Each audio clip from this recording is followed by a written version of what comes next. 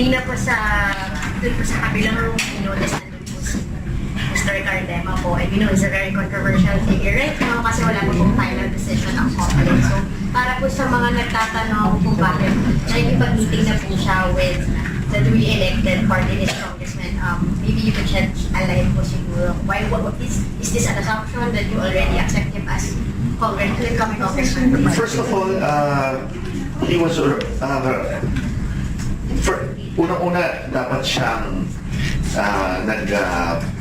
nagde-defend ng sarili niya. But as the leader of the party list coalition,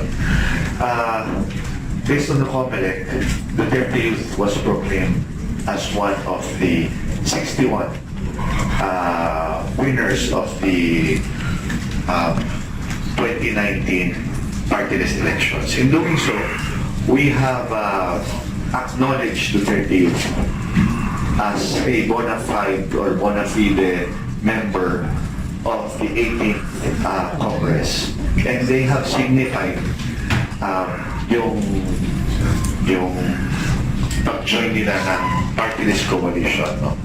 The only question yata right now is whether it is the husband, Ronald Cardema, or the wife, Marie Cardema, who will sit. So it's up to COMELEC really to choose between the husband and the wife. So it's really a recognition of the party list. Yes, We have recognized Duterte Youth as our member.